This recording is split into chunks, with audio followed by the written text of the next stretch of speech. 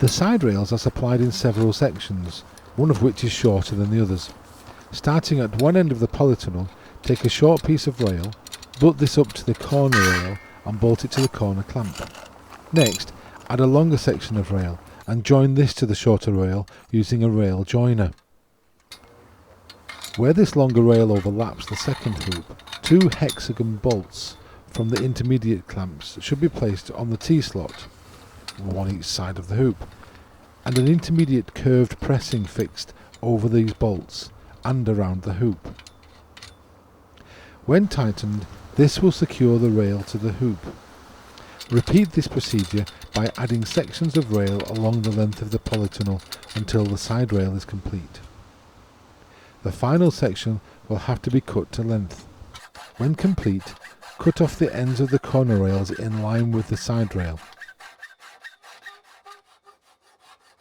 The corners of the joined aluminium can then be rather sharp, so it's important that these sharp edges are filed smooth.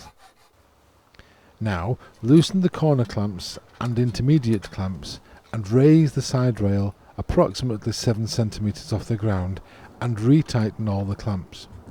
This will allow the cover to be tensioned later. Note that the aluminium corner rail will pivot on the doorpost bolt. When using aluminium rails, the polythene cover fixes into the slot on the outside of the rail and is held in place with 2 plastic infills. The polythene must sit on the slot first, and then the U-plastic profile should be gently pressed into the slot using a large flat screwdriver. This will trap the cover in place. Finally, the T-plastic profile should be tapped into the U-profile using a soft hammer or something similar. Try to overlap any joints in the U-profile with the T-profile. Starting at the centre on one side and working to either end, fix the cover into the aluminium. The other side of the polytunnel has yet to be fixed, so simply pull enough to rid the cover from creases and ripples. Once one side of the polytunnel cover has been fixed, repeat on the other, using the same method.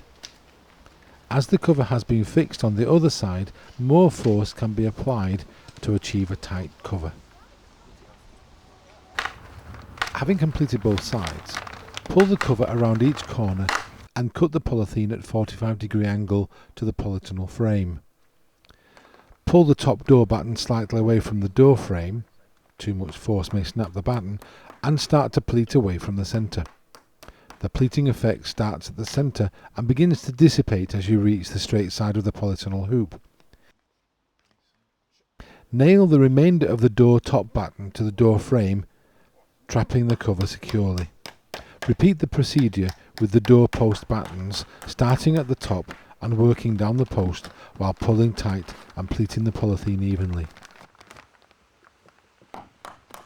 Fix the cover to the corner aluminium side rails using the method as described earlier.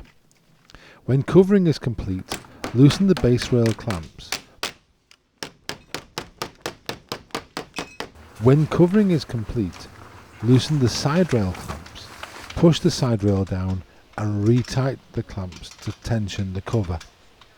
Trim off any excess polythene.